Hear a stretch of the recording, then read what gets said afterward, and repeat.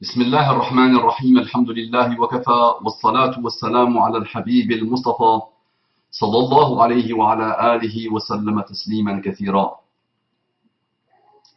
إن الله وملائكته يصلون على النبي يا أيها الذين آمنوا صلوا عليه وسلموا تسليما.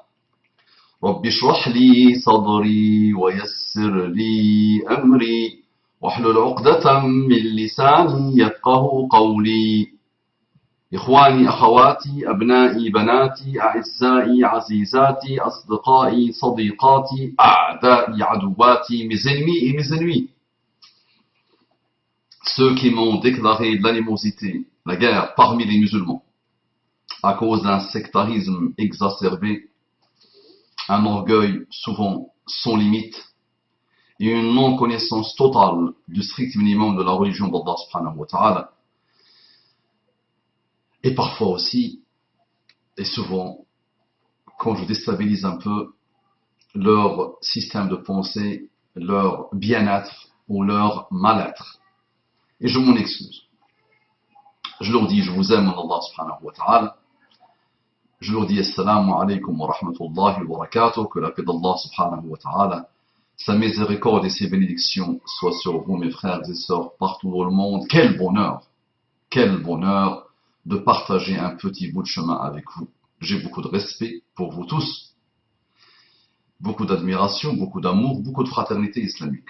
Mes frères et sœurs non musulmans, ceux qui n'ont pas encore eu l'honneur et le bonheur d'être musulmans. Vous avez beaucoup de valeurs intéressantes qui ne peuvent que vous aider dans votre quête d'Allah. Soyez sincères, lancez la recherche sincère et vous allez retrouver Allah, la parole d'Allah, le prophète d'Allah et les prophètes d'Allah et la religion d'Allah et vous allez vous apaiser. Et vous allez aussi vous retrouver et vous réconcilier avec vous-même, avec les autres et avec le monde dans lequel vous vivez. Qu'Allah vous accorde la guidée et ses délices. On entre directement dans le vif du sujet. Un frère me dit, islamophobe veut rien dire. Encore un terme créé de toutes pièces pour ranger dans la case malade mentale ceux qui ne veulent pas de l'islam dans leur pays. Bien souvent pour une simple, légitime et facilement compréhensible question d'identité culturelle. C'est la même pour homophobie, parce qu'on est contre le mariage homo. Alors on serait homophobe, alors on serait phobique, il dit, alors on serait phobique. Question, ce qui relève de la psychiatrie. Même manip si tu n'agrées pas l'Union européenne, tu es europhobe. Immigration contrôlée? Point d'interrogation. Tu es xénophobe, etc., etc., etc. Tiens, je vous en fais un.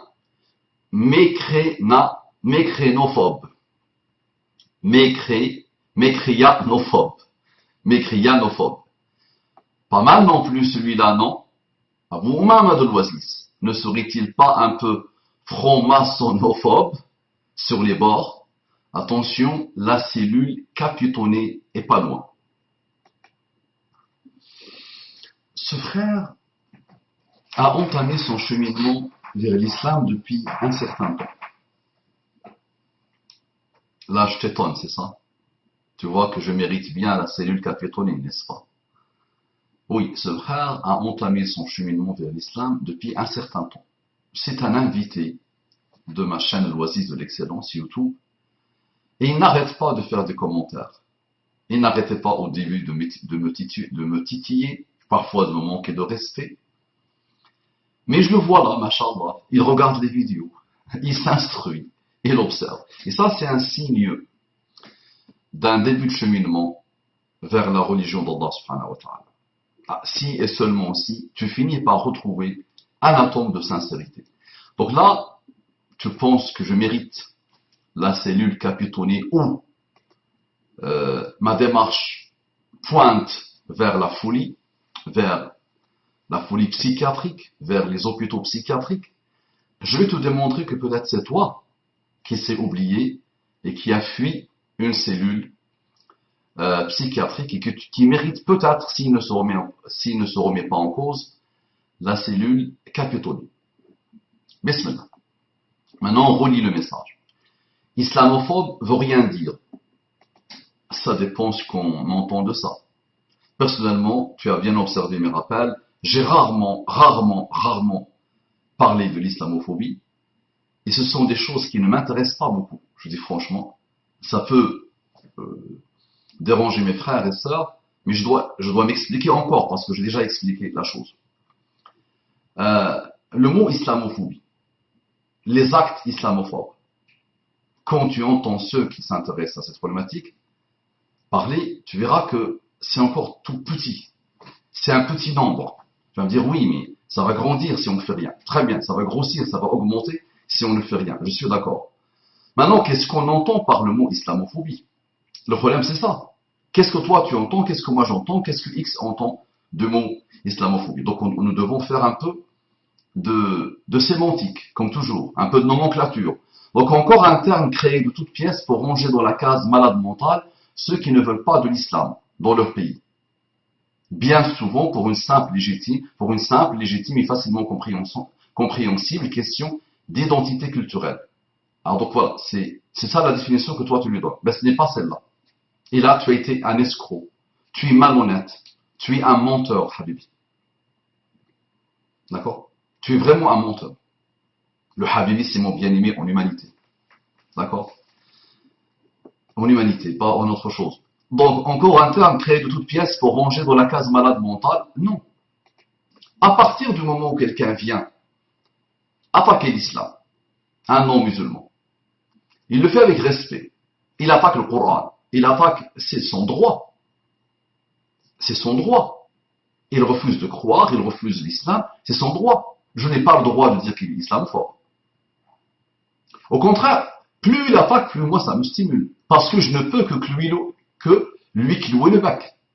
Et d'autres, beaucoup plus brillantissimes que lui, tout au long de l'histoire musulmane, et même avant l'islam, ont toujours refusé la foi, ont toujours refusé Dieu.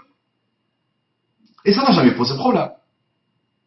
Et moi, je pars toujours du principe qui dit Hezbollah, Hezbollah, Shaitan. Hezbollah, la partie d'Allah, les alliés d'Allah, Hezbollah, Shaitan, les alliés d'Iblis, les alliés de Satan. Les alliés de Satan. Il y a un combat. Il y a un combat. Depuis Adam, jusqu'à la fin des temps. Les alliés d'Allah utilisent tout ce qui est agréé par Allah pour leur combat. Paix, douceur, tolérance, parfois intransigeance, et d'autres choses. Les alliés de Shaitan, les alliés d'Iblis, les alliés de l'immoralité, les alliés de la non-reconnaissance d'Allah, d'accord? Les alliés de, ceux-là utilisent les pires stratagèmes dictés par Shaitan. Et c'est un combat qui va durer jusqu'à la fin des temps. Ça ne pose pas de problème. Maintenant, tu refuses l'islam, c'est ton problème. Moi, mon rôle, c'est quoi? C'est exposer l'islam, te l'expliquer, te montrer son existence, te montrer sa beauté et sa grandeur, et te clouer le bec dans n'importe quel raisonnement que tu utilises, n'importe lequel. Viens avec ce que tu veux. Ramène ton pape, Shaitan lui-même, et ramène les papes que tu veux, et ramène qui tu veux, et déconstruis l'islam comme tu veux, et tu verras que l'islam, le musulman le plus petit de l'islam, te clouera le bec sans problème.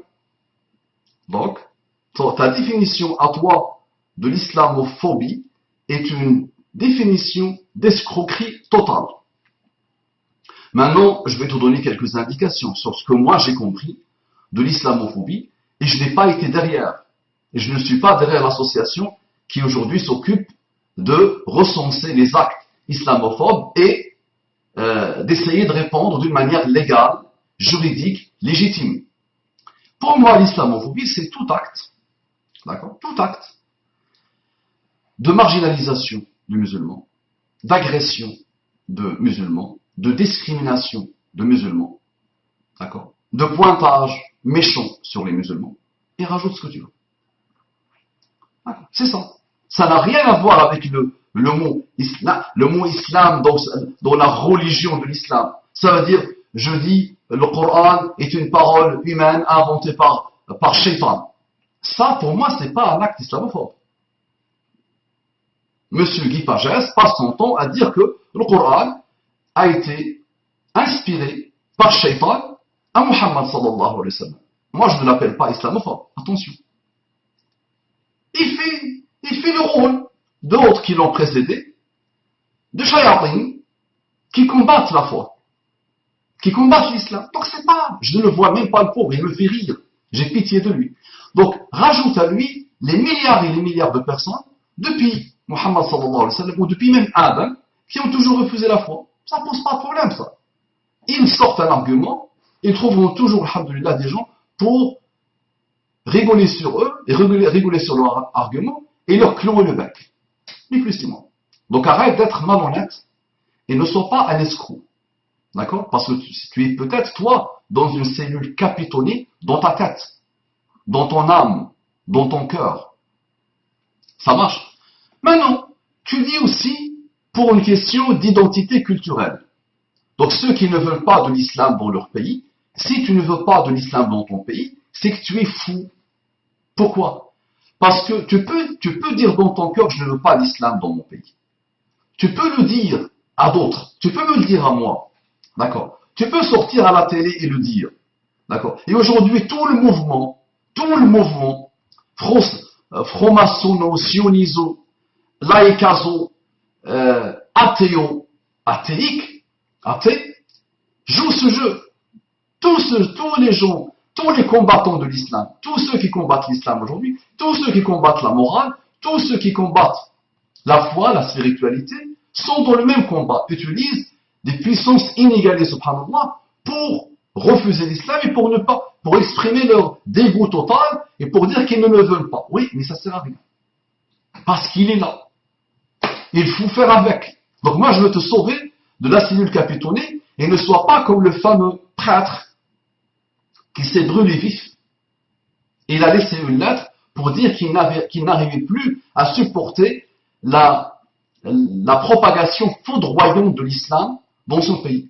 Ne sois pas comme celui de l'extrême droite, le monsieur de l'extrême droite, qui s'est suicidé à côté de l'église Grande Dame, c'est ça, de Saint-Michel, qui s'est suicidé juste à côté, qui a laissé une lettre pour dire, voilà, c'était un acte pour montrer son refus total, qu'il n'est pas d'accord, qu'il n'en peut plus de l'avènement de l'islam en Europe.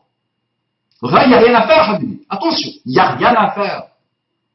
Arrête d'écouter ceux qui te parlent de grand remplacement, il n'y a rien à faire. À part te dire, ouais, ils sont là. Ça a toujours été comme ça. Depuis Adam jusqu'à la fin des temps, il y a des évolutions démographiques, il y a des émigrations, il y a des migrations. Ça a toujours été comme ça. Et les pays changent, les communautés changent. Moi, mon ami, je viens de Sahara. Depuis que je me rappelle de la vie, j'ai vu des Chinois autour de moi. Dans une ville de Sahara que je visitais, j'ai toujours vu des Chinois. Ça ne m'a jamais posé problème.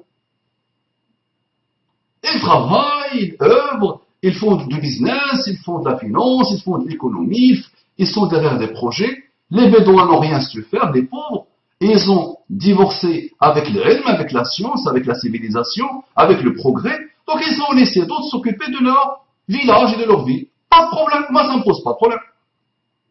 Aujourd'hui, il y a beaucoup de Noirs dans mon pays d'origine. Beaucoup. On commence à les voir plus que les maths comme moi. Et alors, on commence aussi à voir des Syriens. Et des Syriens vont s'installer dans mon pays. D'accord? Et dans mes pays, il n'y a pas de problème. Et où le problème? Je vais souffrir, je vais mourir. Je vais me suicider. C'est la vie, elle est comme ça. Tanaqouh. Les gens doivent se rencontrer. Il y a des histoires, il y a des guerres, il y a des problèmes, il y a des besoins économiques, il y a des besoins financiers. Il n'y a pas de problème. Il y a des volontés de voir, des aspirations pour voir un autre ailleurs, pour vivre autre chose. Ça a toujours été comme ça. Les Français voyagent partout, non?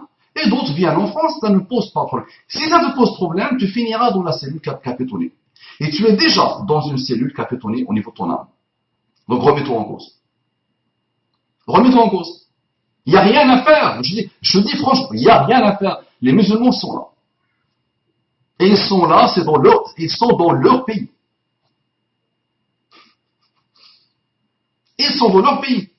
Même les vieux, imagine, même les vieux qui sont venus jouer les esclaves dans ton pays il y a quelques années et que vous avez utilisé, que tes parents et tes grands-parents ont utilisé comme esclaves sans avoir le minimum de gratitude envers eux, d'accord?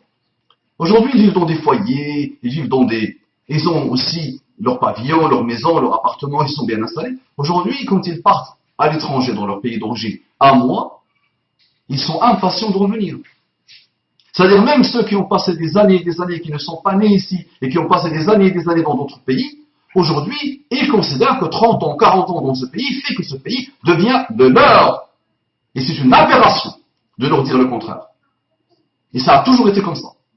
Toujours. Depuis Adam jusqu'à la fin des temps, tu pars dans un endroit, petit à petit, tu t'habitues à cet endroit, tu aimes les habitants de cet endroit et tu aspires aux mêmes choses que les habitants de cet endroit. Sécurité, solidarité, fraternité, amour, citoyenneté et toutes bonnes choses pour l'intérêt global de tout le monde. Donc imagine, un bédouin t'apprend ça à toi, qui joue le malin. Tant que tu ne veux pas le voir, c'est toi qui souffres. Moi, Habibi, moi je ne souffre pas, moi je suis heureux, comblé. Et dans n'importe quelle contrée de la terre, je me sens bien. Pas de problème, mon ami. Je quitte la France, je serai comblé. Je reste en France, je suis comblé. Je pars au Bangladesh, je suis comblé. Quoi qu'il arrive, ça va me rappeler comblé, je vais dire comblé aussi. Comblé comme comblé, d'accord? Donc arrête. Ensuite, question d'identité culturelle. Qu'est-ce que tu appelles l'identité culturelle? Quelle est l'identité de la France? Quelle est l'identité culturelle de la France? C'est que tu ne connais pas l'histoire de ton pays, mais tu es malheureux. Wallahi, tu es malheureux. Va étudier l'histoire. Il y a du portugais, il y a de l'italien, il y a de l'allemand, il y a de l'ancien juif qui s'est intégré, tu n'arrives même plus à le repérer. D'accord? Qui a changé de prénom et tout. Il s'est intégré, pas de problème. Chapeau. Mais attention, je n'aime pas le mot intégrer. Mais il a défini l'intégration comme le fait de changer de prénom, de ne plus attirer l'attention avec des prénoms d'origine et de consonance juive. Il y a de tout, il y a de l'espagnol. Regarde ton premier ministre. Regarde ton ex. Ton premier ministre a eu sa nationalité à plus de 18 ans. Regarde ton ancien président.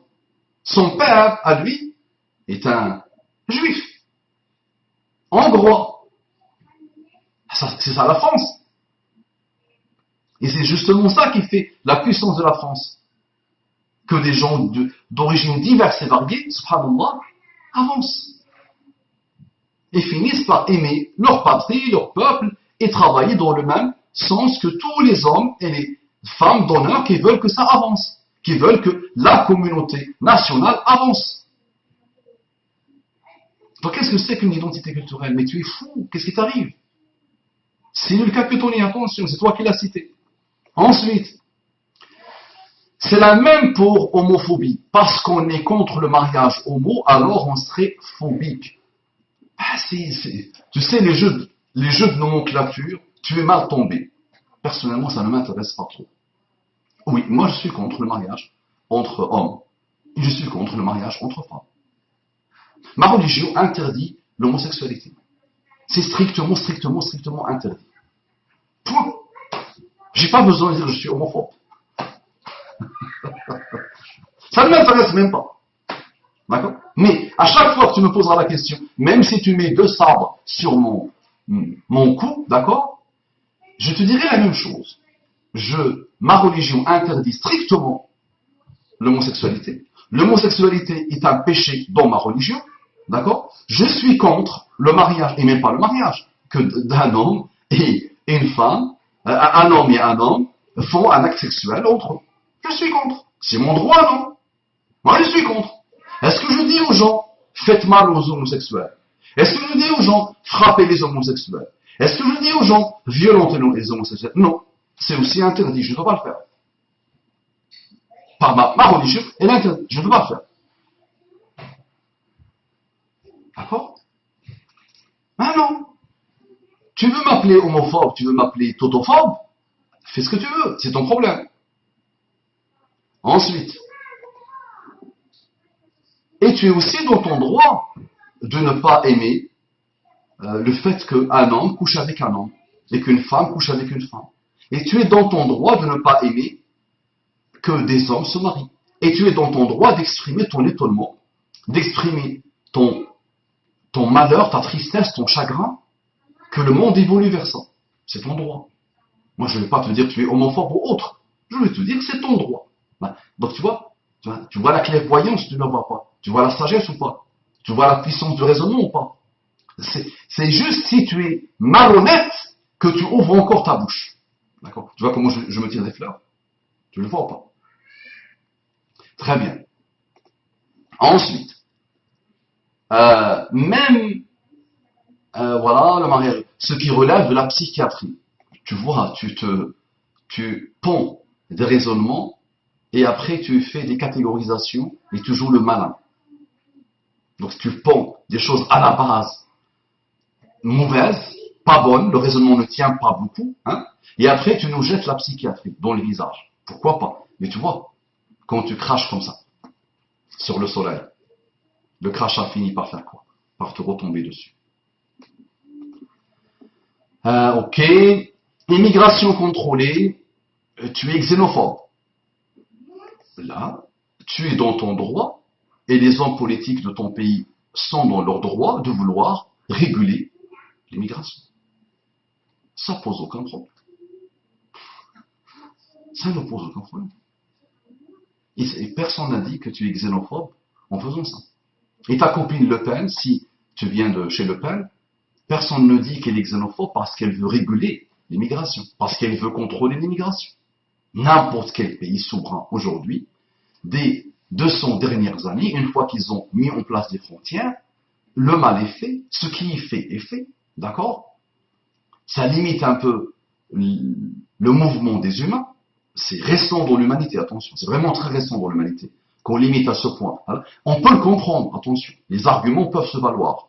Maintenant, un pays souverain qui veut contrôler ses frontières, qui veut réguler l'immigration, ben c'est normal, on ne va pas l'appeler xénophobe. Xénophobe, ça veut dire autre chose. Et ne joue pas le malin, s'il te plaît. Ensuite, tiens, tu es xénophobe, etc. Tiens, je vous en fais un. Mécréanophobe. Mécréanophobe. Mécréanophobe. Pourquoi pas? Tu viens d'inventer un mot qui finira peut-être dans le dictionnaire. Mécréanophobe. Là, ne te casse pas la tête. Là, comme dit, comme Waliyadi. Il y a une sourate entière dans le Coran qui s'appelle Al-Kafiroun, les mécréants. Al-Kafiru ismu fa'il. Al-Kafiroun, jam'u mudhakkar salim. On appelle ça, en arabe littéral. Donc, Al-Kafiroun, les mécréants. Dans le Coran, dans cette sourate-là, Allah dit Lakum dinukum waliyadin. Vous avez votre religion et j'ai la mienne. Pas de problème. Et dans le Coran, on voit clairement que celui qui choisit la foi, très bien. Celui qui ne choisit pas la foi, très bien. Allah a créé les deux. Et le Coran même, il dit que majoritairement, la terre sera toujours peuplée par des gens qui refuseront la foi. Pas de problème. Et où le problème? Donc il n'y a pas mécréanophobe ou pas. Qu'est-ce que j'essaie de faire avec toi? Qu'est-ce que les musulmans qui t'aiment en humanité, qui te veulent du bien, qui t'aiment comme l'amour qu'ils ont pour eux-mêmes, et comme l'amour qu'ils ont pour leurs propres enfants, ils veulent juste quoi? Ils veulent te montrer la beauté et la grandeur de l'islam, et te clouer le bec si tu veux jouer le malin. Après, c'est toi qui choisis. Tu choisis l'islam, très bien. Tu choisis la mécréance, c'est ton problème. Logique ou pas logique? Très bien. Là, je te borde, mon ami, attention. Là, tu es bordé. C'est juste être malhonnête de vouloir dire autre chose. Ce n'est que ça. Si je t'ai proposé plusieurs fois un échange téléphonique, tu as refusé. D'accord? Moi, je te consacre une nuit entière à lui. Mais si et seulement, tu cherches au minimum, tu es sincère. Si tu es au minimum sincère, moi, je te consacre le temps que tu veux. Avec grand plaisir et avec grand bonheur et avec une grande joie. D'accord? Tu vois? Ensuite, donc qui est fou? Toi ou moi? Qui est ouvert? Toi ou moi? Qui est obtus? Toi ou moi? Qui joue le malin? Toi ou moi? Qui doit finir dans l'hôpital psychiatrique s'il ne se remet pas en cause, c'est sûrement toi. Très bien. Pas mal non plus, celui-là, non. Abou Mama de l'Oasis, ne serait-il pas un peu franc-maçonnophobe sur les bords? Si j'étais franc-maçonnophobe sur les bords, j'aurais pu consacrer sur pratiquement 1000 rappels sur Internet, j'aurais pu consacrer au moins 100, aux 200, aux 300 rappels à la franc-maçonnerie. Je l'ai étudié, je l'ai analysé, je l'ai observé. J'ai des livres, moi, mon ami, je travaille sur des livres. Je passe mes nuits blanches à étudier des livres. Et je laisse mûrir en plus. Et je reviens à la charge, et je réétudie, j'observe. D'accord? Pour que mon ami, quel que soit l'ennemi,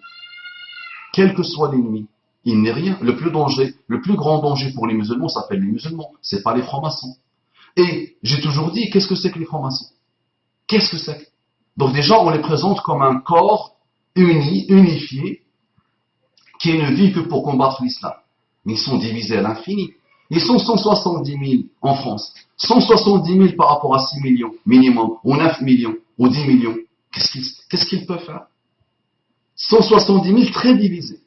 Très divisés. Il y a des obédiences partout, divisées. Divisées à l'infini. Donc qu'est-ce qu'ils vont représenter? La grande loge représente combien? 40 000. 40 000 personnes. 40 000 personnes. Il faut que je sois un fou pour leur accorder un minimum d'importance. Et j'ai toujours su, et c'est clair, net et précis dans la religion d'Allah subhanahu wa ta'ala. N'importe quel ennemi, quel qu'il soit, n'importe quel combattant de combat l'islam, il n'est rien, il ne réussira pas grand-chose. Les plus grands ennemis de l'islam sont les plus grands ennemis des musulmans. Il n'y a pas d'ennemis pour l'islam, attention. Il n'y a pas d'ennemis à la hauteur de l'islam. Attention. Donc, les plus grands ennemis pour les musulmans sont les musulmans. Ni plus ni moins. Ni plus ni moins. Ceux aujourd'hui qui ralentissent l'avènement de l'islam, qui ralentissent que l'islam jaillit sur les cœurs, sont les musulmans. Malheureusement. Dans leur ignorance, dans leur division, dans leur orgueil, dans leur faculté à donner leur cœur et leur âme à ceux qu'ils prennent comme des ennemis. C'est ça qui est extraordinaire. L'ennemi t'a tracé un chemin d'immoralité totale. Tu prétends à chaque fois le combattre en disant franc-maçon, franc-maçon, franc-maçon, franc-maçon, à longueur de journée. Mais finalement, tu es tombé pile poil dans ce qu'il a voulu de toi et ce qu'il attend de toi. C'est la perfection, non? Donc j'ai toujours rappelé, mon ami, si tu ne connais pas mes rappels, tu aurais pu entendre il y a longtemps, et je le répète de temps en temps, que je répète toujours une parole d'un cheikh que j'ai beaucoup aimé, qui a eu un grand rêve sur moi, un grand bien sur moi. Il disait 600 singes combattent le milliard de musulmans. Il parlait des années 70-80. Combattre le milliard de musulmans. Il y avait 1 milliard, aujourd'hui 1 milliard 600 millions.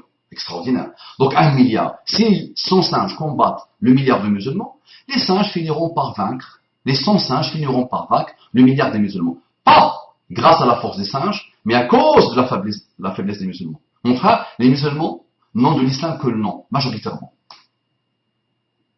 C'est ça le problème, c'est ça le vrai malheur. Si les musulmans vivent vraiment l'islam, s'ils le portent vraiment, d'accord, tu seras l'homme le plus comblé de la terre, toi. Et même les pires ennemis commenceront à se remettre en cause. Mais les musulmans aujourd'hui, non. Veulent l'ignorance, veulent la haine. Mais attention, ce n'est pas l'islam qui leur dicte ça. C'est leur orgueil, leur ignorance, leur divisionnisme, leur malheur. C'est ça qui est phénoménalement extraordinaire. Donc quand tu parles de pays musulmans, il vaut mieux dire pays dits musulmans, parce que quand tu vois bien, les dirigeants n'ont rien à voir avec l'islam. La pratique n'est pas islamique. La gouvernance n'est pas islamique. Les lois ne sont pas islamiques. Ça marche. Donc va apprendre. Pour la cellule capitonnée, donc tu as fini. Attention, la cellule capitonnée n'est pas loin. Donc attention. Elle n'est pas loin, elle est en toi. D'accord? Elle est dans ton âme. Elle t'a emprisonné. D'accord? D'accord? Maintenant tu es devenu, on les met comme ça, les fous, dans ce type de cellule. Mais toi, tu es fou pour toi-même. Tu es dangereux pour toi-même. Donc je ne sais pas quoi faire pour toi. Même si je te mets dans ta propre cellule capitonnée, tu restes un grand danger pour toi-même, pas pour moi. Pas pour personne. D'accord? Va jouer et va apprendre. Assalamu alaikum wa rahmatullahi wa barakatuh.